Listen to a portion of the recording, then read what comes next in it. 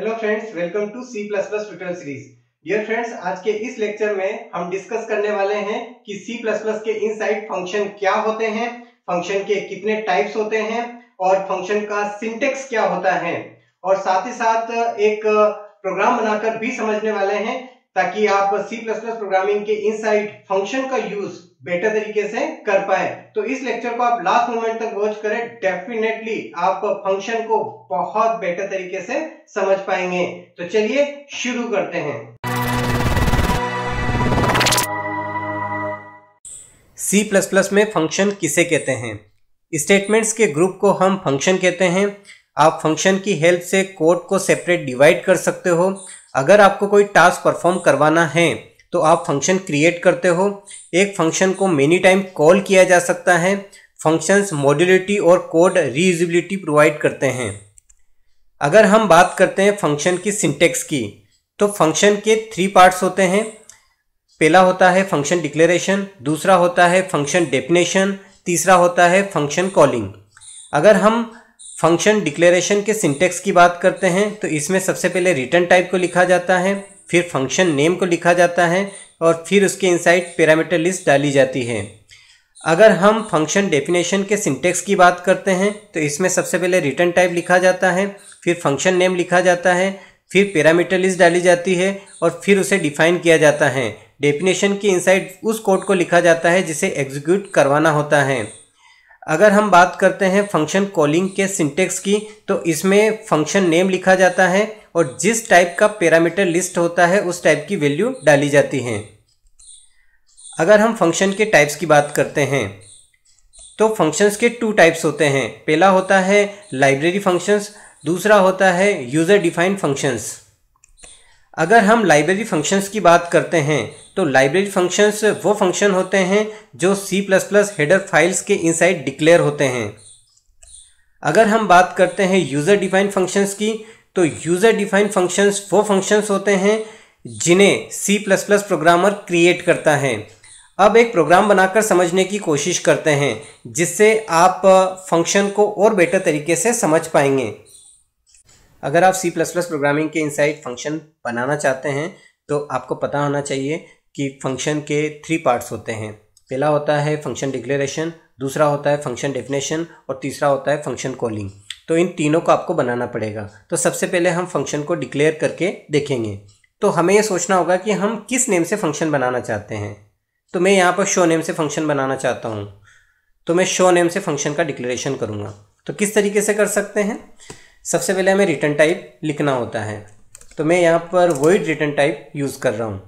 अगर आप कोई अदर रिटर्न टाइप यूज़ करना चाहें तो कर सकते हैं। मैं यहाँ पर वॉइड रिटर्न टाइप यूज़ कर रहा हूँ क्योंकि मुझे अपने फंक्शन के लिए कोई वैल्यू रिटर्न नहीं करवानी है। इसके बाद हम फंक्शन का नेम देते हैं। अभी मैंने बताया कि मैं यहाँ पर शो नेम का फंक्शन डिक्लेयर करूँगा। तो ये हो गया फंक्शन डिक्लेरेशन।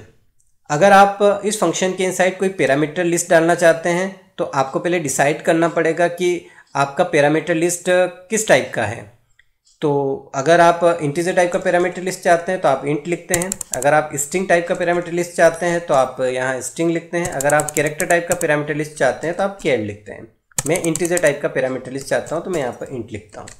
तो ये हो गया मेरा यहाँ पर फंक्शन डिक्लेरेशन। अब मुझे फंक्शन को डिफाइन करना है। तो फंक्शन को किस तरीके से डिफाइन करते हैं, आइए देखते हैं।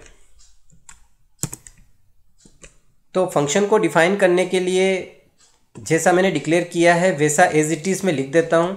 यहाँ पर जो पैरामीटर लिस्ट है इसके इनसाइड मुझे एक वेरिएबल नेम देना होगा। ऐसा इसलिए क्योंकि जब मैं कॉल करूँगा तो एक वैल्यू डाल के कॉल करूँगा तो वो वैल्यू किस में आएगी, वो एक वेरिएबल में आएगी। तो मुझे यहाँ कोई ना कोई वेरिएबल नेम तो देना पड़ेगा। तो मैं यहाँ वेरिएबल का नेम x रख रहा हूँ। आप कोई अदर नेम भी रख सकते हैं, y, z, ऐसा कुछ भी, ठीक है। अब मुझे यहाँ पर फंक्शन को डिफाइन करना पड़ेगा। डिफाइन करने के लिए मैं ब्लॉक यूज़ करूँगा। तो ये हो गया फंक्शन डेफिनेशन। अब यहाँ पर ऐसा स्टेटमेंट लिखते हैं जिसको हमें एग्जीक्यूट करवाना हो। तो हमें यहाँ पर क्या एग्जीक्यूट करवाना है? हमें यहाँ पर x की वैल्यू एग्जीक्यूट करवाना है। तो मैं यहाँ पर cout स्ट्रीम फंक्शन यूज़ करूँगा और यहाँ पर मैं x को लिख दूँगा और उसके बाद सेमीकोलन लगा दूँगा। ऐसा मैं इसलिए कर रहा हूँ क्योंकि मुझे x की वैल्यू प्रिंट करवानी है। चलिए, अब डेफिनेशन हो गया। अब हमें कॉलिंग करना है। जब हम फंक्शन कॉलिंग करते हैं तो हमें ये पता होना चाहिए कि फंक्शन कॉलिंग कहाँ से होती है। तो फंक्शन कॉलिंग होती है मेन फंक्शन के इनसाइड से। फंक्शन कॉलिंग जब आप करते हो तो आपको ये ध्यान रखना है कि कौन से फंक्शन को कॉल कर रहे हो। हम यहाँ पर शो नेम के फंक्शन को कॉल कर रहे हैं, तो हम यहाँ पर फंक्शन कॉलिंग करते वक्त शो नेम देंगे। फिर इसके बाद हमें ध्यान रखना है कि जो शो नेम का फंक्शन है उसके इनसाइड पैरामीटर लिस्ट किस टाइप की है। अगर यहाँ इंटीजर टाइप की है तो आपको इंटीजर टाइप की कोई ना कोई वैल्यू डालनी पड़ेगी। तो मैं यहाँ 20 डाल देता हूँ, आप कुछ भी डाल सकते हो इंटीजर टाइप में, ठीक है।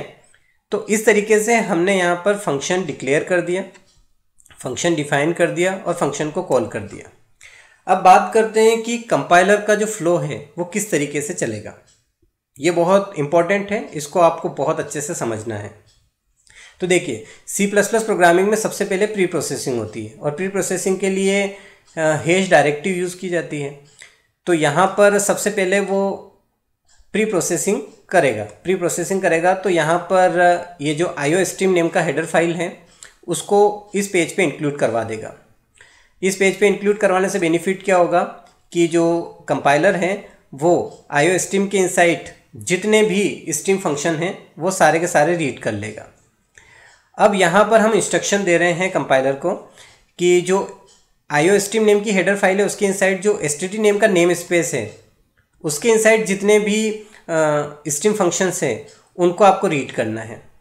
इसके बाद हम कंपाइलर को फिर इंस्ट्रक्शन दे रहे हैं यहाँ पर कि यहाँ पर इस प्रोग्राम के इनसाइड हम शो नेम का फंक्शन बना रहे हैं, ठीक है, जो इस तरीके से है, यानी कि जिसका रिटर्न टाइप वॉइड है, नेम शो है और उसके अंदर इनसाइड पैरामीटर लिस्ट जो है वो इंटीजर टाइप की है। तो ये भी वो रीड कर लेगा। अब एग्जीक्यूशन होगा, यहाँ पर एग्जीक्यूशन मेन से होता है। मेन से एग्जीक्यूशन होने से बेनिफिट ये मिलता है कि मेमोरी एलोकेट होता है। अब मेमोरी एलोकेट होगा सबसे पहले किसको होगा, शो नेम के फंक्शन को होगा, क्योंकि हमने यहाँ पर फंक्शन कॉलिंग किया है। अब यहाँ से शो नेम के फंक्शन की कॉलिंग हो रही है और यहाँ इसके इनसाइड हमने 20 वैल्यू डाला है। अब ये जो 20 वैल्यू हमने डाला है तो सीधी सी बात है कि कंपाइलर के प्री जोन में उसने रीड कर लिया है कि शो नेम का फंक्शन है और इंटीजर टाइप की पैरामीटर लिस्ट है, यानी कि इंटीजर टाइप की वैल्यू उसके इनसाइड आएगी। तो वो इसके डेफिनेशन को खोजेगा, तो इसका डेफिनेशन यहाँ पे मिल जाएगा। अब उसको डेफिनेशन यहाँ पर मिल जाएगा तो x के इनसाइड वो 20 को डाल देगा। 20 को डाल देगा तो वो 20 यहाँ पर आएगा और सी आउट उसे प्रिंट कर देगा।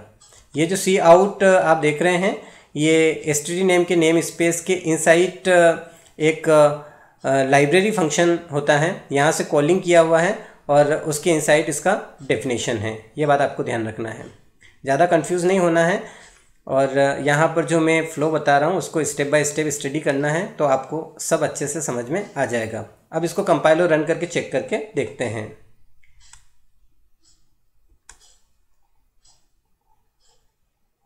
तो यहाँ पर आप देख सकते हैं आपको आउटपुट मिल चुका है 20।